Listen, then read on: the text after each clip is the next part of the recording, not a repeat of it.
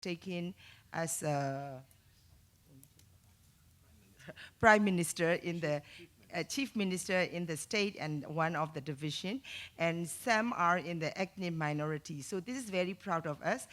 Aung San Suu Kyi is not neglected the woman because she used the right person in the right place. So we are really happy about that.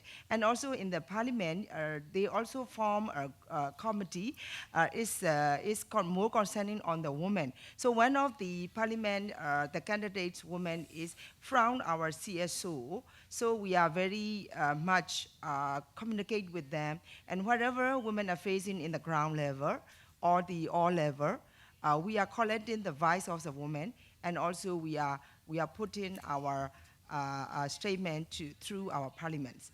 On the other hand, this year is the Myanmar has to submit the CEDAW report to the worldwide. So now the many women's group are preparing for that. Reviewing the government reports about the CEDAW, because this is signed by the government already, and then the CSO is the first time, it's the first chance to write the alternative report inside in Myanmar. Before that, we don't have a chance to write the CEDAW report inside in Myanmar. So this is the first opportunity for us also. So we are very much appreciate for the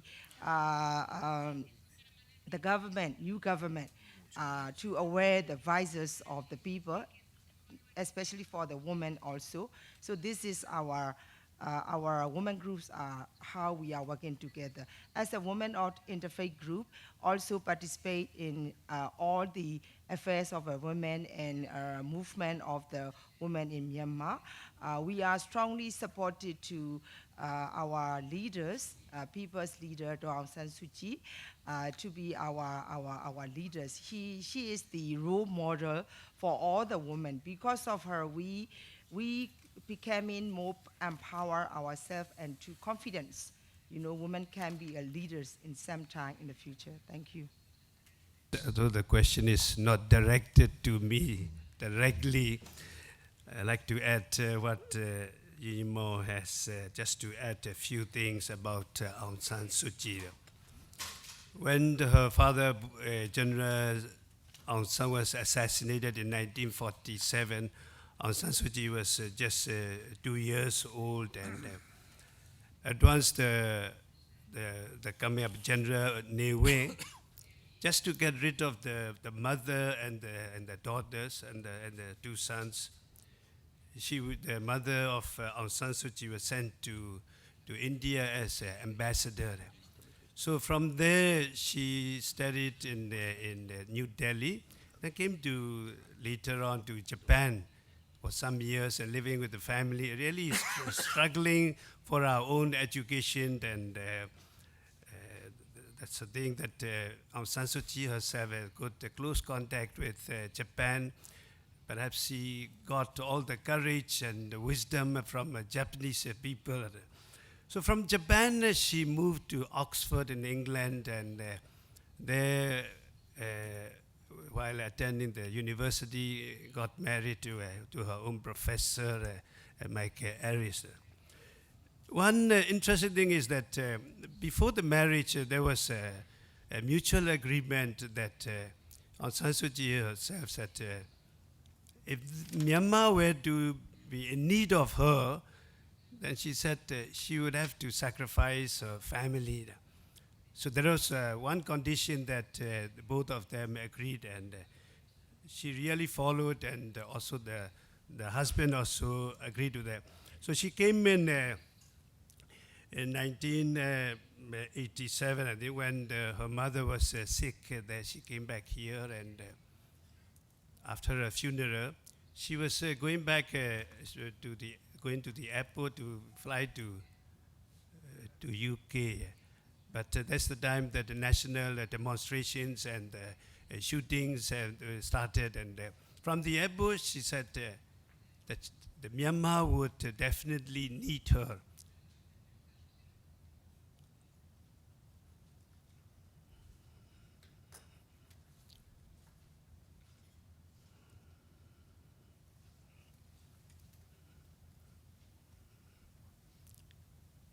sorry. So she came back from the airport, and there was, after that, 89, 90, we had the election, and she got the landslide victory. But the military did not recognize, and she was put under house arrest for 15 years. During those 15 years, she had just means of communication was there's a transistor, the radio, and she kept herself very healthy by meditating and having the simple food. So 15 years there, and then in the year 2000, her husband was suffering from cancer, and he was at the last, during those last days, asked permission to go to visit England, and she was refused. If she were to go, then there was no chance for her to come back.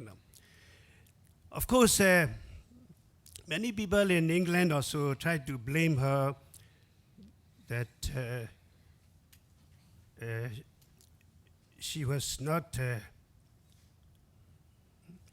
caring the family, especially the two sons are a little disturbed. But at the same time, of course, I do want to talk more about the election. And so her problem now is, so priority is, she said that she will try to have first priority would be the peace building, especially the military and the ethnic groups. And of course, the second one would be the conflict or regarding the citizenship of the what we call the Bengalis or the Rohingyas. She said that mentioning that may not have a general rule, but we have to go case by case to offer them the citizenship. Her government is, of course, as already mentioned by Yunimo, but also she faced the concern with the military. The military, she has respect for the military. She said that's the military that founded by my father. And also she said that in Myanmar, military is also still important. So while the military has taken this military, home affairs, police, and border issues, that she has to face that and have to, as far as possible, make the compromise. So what would be the impact or the activities? And we are very positive about that. At the same time, as I've said, there are issues that she has to face, especially the military. People are very happy with the election, and they are very proud of that. And people would say that we have chosen our government for the first time within the 60 years. This is the first time that we choose our government. Now, if we have chosen the government by ourselves, if it is good, we shall enjoy it. If the government or the governance is bad, they say that they will bear it up. We'll have patience. So, actually, she had the victory because, of course, first of all, because of the integrity, because of our father, and because of the courage that she had. And so from the point of the people, many also voted for NLD because one strong reason is that people want to change. They are fed up and nauseated with the military.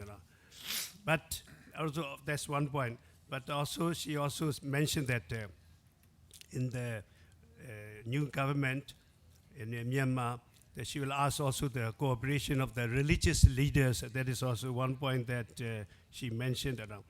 So while our friends from Japan is talking about helping Myanmar, and Myanmar has been before in the news, and it was very superficial, and now, of course, there's a different picture that with the smartphones and the Facebooks and all that, we are able to really communicate the news. Okay, 1 minute remaining. Japan could help in the education of the children. Before the death of Michael Harris, I heard him myself hearing that without the education of the children, Myanmar has no future. So if Japan could help us, especially in the quality education of the children and our young people, that would be a big assistance to our people in Myanmar. Arigato gozaimasu. Thank you so much. Time may have come to close the session, but before that, let me mention four brief points related to the Japan's role of Japan. The one is, as Cardinal Charles Bow mentioned, there is a very long historic relationship, friendship between Myanmar and Japan, and personal memories of Aung San Suu Kyi about her days in Japan. She has a special feeling about Japan. So that kind of relationship, and the Myanmar people appreciate Japan's continuous support during the military government, and after that, throughout the history, Japan has been the supportive friends for Myanmar. That's an important point. Number two is Rakhine State conflict. Japan was part of that. Between 1942 and 1945, there were the war between British and Japanese armies. And the Japanese army supported Rakhine Buddhists, and the British supported Rohingyas. So Japan was part of the problem that persisted, lasted for many, many years. So Japan, as a people of Japan, we have a particular responsibility to support the Burmese people in the resolution of conflict. That's the second point. And the third point, if you go to Yangon and other places in Japan, you see many, many Japanese businessmen doing, establishing offices, getting the apartments, high-rise apartment. So there is a rapid economic growth, and Japanese business coming to Myanmar. It's a positive things, but at the same time that the religious leaders from Myanmar think that the Japan's contribution should not be limited to infrastructure building, expanding Japanese business interests. Those things not necessarily supporting the life of ordinary people. So the importance of supporting people in Myanmar through the peace building work, Religions of Peace Myanmar is working, is the most important things. Finally, in conclusion, the Japan, as I said, Japanese government and the people of Japan have been supporting Myanmar in different ways. That should be continued. And tomorrow, religious leaders will meet with the Japanese government. The foreign minister has a G7 summit coming up.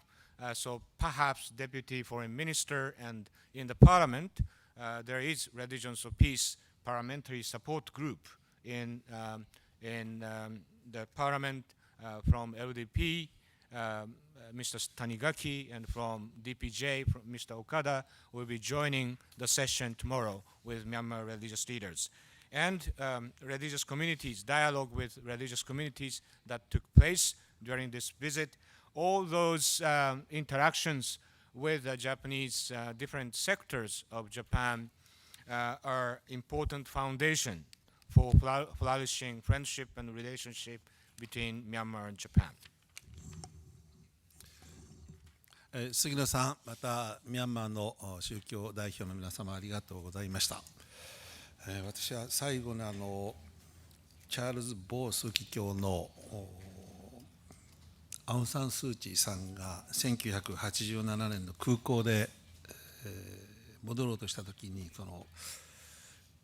国が自分を求めているというお言葉を述べられたときに、アウン・サン・スー・チーさんの人気というのはそこから来るのかなというのを初めて知りました。本当にミャンマーの方々がアウン・サン・スー・チーの魂というんでしょうか、そのことを敬愛される意味が某枢機卿様のお言葉を聞いてよく分からせていただきました。枢機卿様は本当に感無量の感謝の心を込めておっしゃられたように受け取らせていただきました。以上、大変短い時間ではありましたけれども、以上をもちましてシンポジウムをパネルディスカッションまた質疑応答を終了させていただきたいと思います。本来ならば登壇下がっていただくんですけれども、時間の関係でこのまま残っていただきまして、閉会にあたりまして WCRP 日本委員会理事で明治会教団奉仕の宮本圭先生よりご挨拶頂戴したいと思います。宮本先生、よろしくお願いいたします。ただいまは当教団の施設におきましてシンポジウムを開催していただきまして誠にありがとうございました。ご登壇されたパネリストをはじめご参加の皆様方に深く感謝申し上げます。内事でございますけれども、私ども教団でございますが、1955年の1月にミャンマーから物資車利を頂戴いたしました。今、千葉聖地のクオンブットという塔にその物資車を奉安させていただきまして、日々お祈りをさせていただいております。このようなご奉援をいただいているミャンマーから本日、諸宗教を代表する先生方をお招きできたということは、本当にこれは妙縁でございまして、私といたしましても大変嬉しく思っている次第でございます。さて、本日のシンポジウムにおきまして、私自身もミャンマーが抱える多くの問題を教えていただきました。半世紀ぶりに文民政権が発足し、民主化が加速する一方で、民族間や宗教間におけるさまざまな課題を克服するために、WCRP ミャンマー委員会の諸先生方が今日まで取り組んできた平和活動に対しまして、心から敬意を表したいと存じます。世界のあらゆる暴力をなくすために、宗教共同体はその中心的な役割を担っていかなければなりません。日本委員会としましても、ミャンマーの抱える問題が少しでも改善に向かうように、今後もミャンマー委員会と連携、協力をしまして、この問題に取り組み、実績を積み上げていくことが、そして継続していくことが肝要であると、このように痛感している次第でございます。本日はお忙しい中、多くの方々にご参加いただきましたことに重ねて感謝申し上げます。本日は誠にありがとうございました。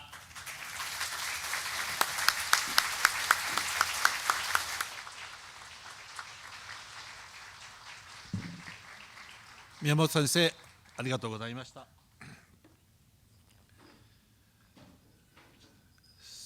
それでは最後に、生きとし生けるものの平和と、そして地球への感謝を込めて黙祷にて平和の祈りを捧げさせていただきたいと思います。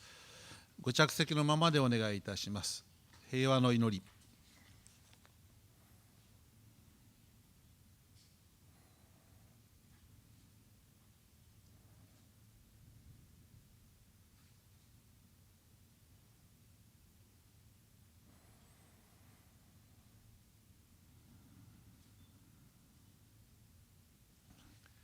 以上をもちまして、ミャンマーの宗教指導者を迎えての公開シンポジウム、Welcoming the Other、他者と共に生きる喜びに向けた実践と課題を閉会いたします。皆様、本日は誠にありがとうございました。